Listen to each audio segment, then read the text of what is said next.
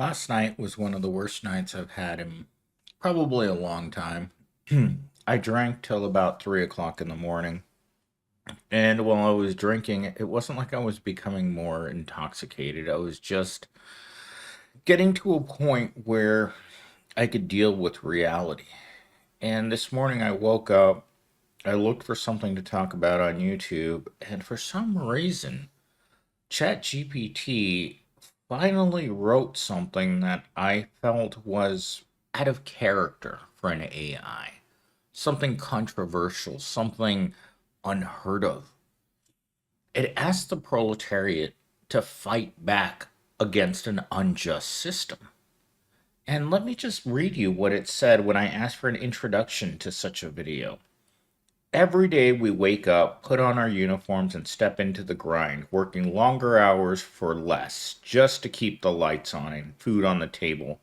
They tell us it's our fault, that we're not doing enough, that if we just worked harder, we'd finally get ahead. That is very uncharacteristic of this platform. So uncharacteristic that I'm kind of taken aback by how alternative this particular script was. That normally it just tells you to work harder, to try, to use immense effort to get ahead. But this morning, it seemed like it grew a backbone. Like it understands that we're all tired. We're tired of a system that is built in order to enrich the very few. In fact, someone left this comment yesterday about if inflation kept up with the 1960s, that the minimum wage would be $40 an hour, that a janitor could afford a house in today's market. But we know that's not true. I don't know anyone that makes $40 an hour. I make close to that, but not $40 an hour. And that lends itself to the feeling that there's something going on, and it's been going on for a few years now. I think that the proletariat is finally getting ready to rise up. I know I've been saying this for 18 years that it's time, but it is time. With the cost of food, the rent, and living on survival mode for so many years. I've lived in survival mode since I was a teenager. And frankly, I'm tired of it. I want to wake up one day and be like, you know what? I'm going on vacation. I'm planning on traveling. I'm planning on doing something that isn't going back to Evil Corp and just sitting there in front of a computer chained to my desk because my boss tells me I don't work hard enough. I'm tired of that.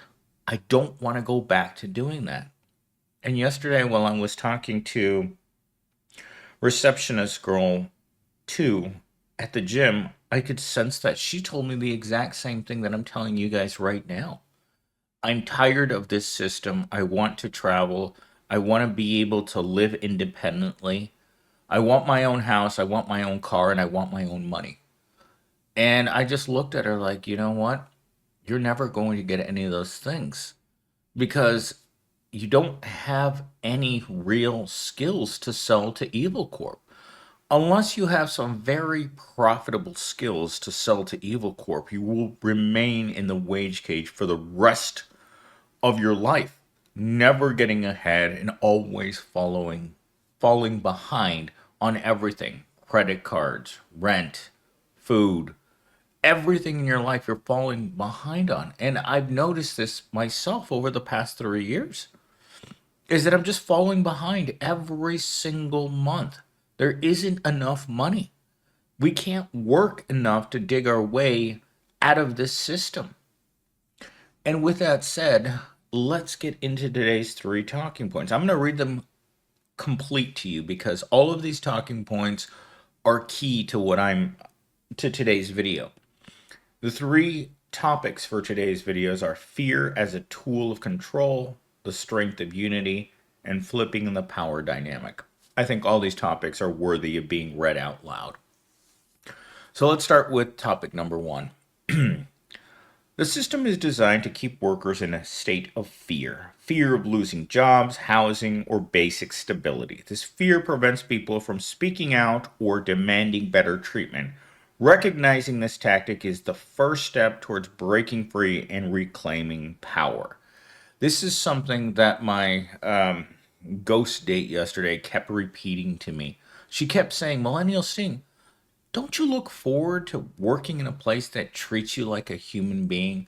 That doesn't treat you like yesterday's garbage, that doesn't stomp all over you, that doesn't hook up that car battery to your junk and motivate you by with fear of hearing the battery starting up or hearing the electric noises that it makes and getting you to work harder. And I thought, you know what? This person doesn't know what they're talking about. This person has never once lived in absolute fear. I've been living in horrible fear for the past 3 weeks that I'm going to lose my job and therefore I'm going to have to move into my car and eventually move onto the street once I can't make my car payments. But that fear is something that just grips you. Losing your job is the equivalent to losing your lifeline. Our jobs are our life. They provide our food, they provide our health benefits, and they provide our housing. So when something like this is this fragile, when it's so unstable, when employment is on or off, that's really what it comes down to in America is employment is either on or off. It functions in the on position or the off position. There's no other position it functions in. And that leaves you in a very vulnerable state. We live in constant fear, and the stomach cramps that I've had for going on 4 weeks now are a direct effect of that, of being one step away, one paycheck away, one visit from management to my office letting me know that I don't work there anymore and being escorted off of the premise by security like a unwanted trespasser. Like this is what happened to this person that I knew a couple months ago. Is that they told her, "Oh, you're out of points. You're on a point system. Once you reach certain amounts of points on your dashboard, you no longer work here." And this is what the point system does. Every low level job I've ever had has a point system. Tardy, a point. Absent, a point. Want to take time off without having time off available? A point. And soon your 5 points are gone and you're gone too. And it's a sadistic system that benefits them in every conceivable way and keeps you in constant fear. That's something that I've noticed about work throughout my entire life. From the very first job that I got fired from, is I came into work that day, I sat down, and in walks in my new supervisor and says, "You don't work here anymore. Don't touch anything. Get out." And it was an unsettling feeling because that was one of the first times that I became homeless because of losing my employment. And that's how close I was to being homeless in the first place. Is that your work keeps you just that far away from being homeless. But the second you take away your employment, you have nothing else to fall back on. And it's such a fear based system. Like last night, I fell asleep and I try to keep myself calm by not thinking about work. But eventually, every once in a while, it came in just like a shank that would stick me in the side and remind me that I needed to be in constant fear for my employment. And it's an unsettling feeling that you can't get rid of because it's always being held over your head. It's like dance millennial steam or else you're going to lose your employment. Talking point number 2. Individual workers may feel powerless, but together the proletariat holds the true power to disrupt and reshape the system. Solidarity. Standing together despite differences can overcome the division and isolation that those in power rely on to maintain control.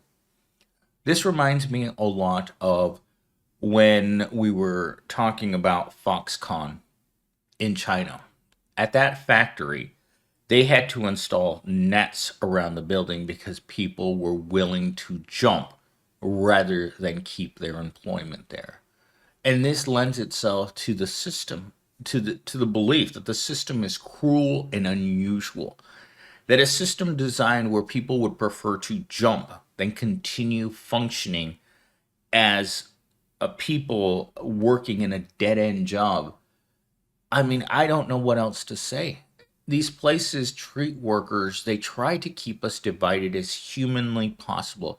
At this place, you weren't allowed to ask people what their names were. They knew people were so poor that they housed their employees in dorm like rooms. So after your shift, you'd go to your dorm room where you would be kept isolated from other people because the last thing they wanted is people to start talking. When people start talking, they start sharing how they feel. And once people share how they feel, how they're feeling isolated and alone and angry, the isolation creates the power among the people. Because once you push people to a certain extent, they have no choice. The system is going to take them out, or they are going to do the same thing to the system. And corporations and government fear people coming together because the people have the real power. Government and corporations have to keep people away from one another because once that power dynamic changes, they know that they're the ones that are going to lose.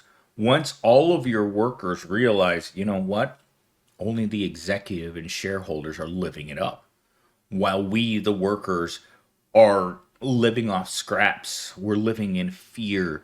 We're so scared all of the time about our employment. We're afraid of losing our health benefits. We're afraid of every part of our lives.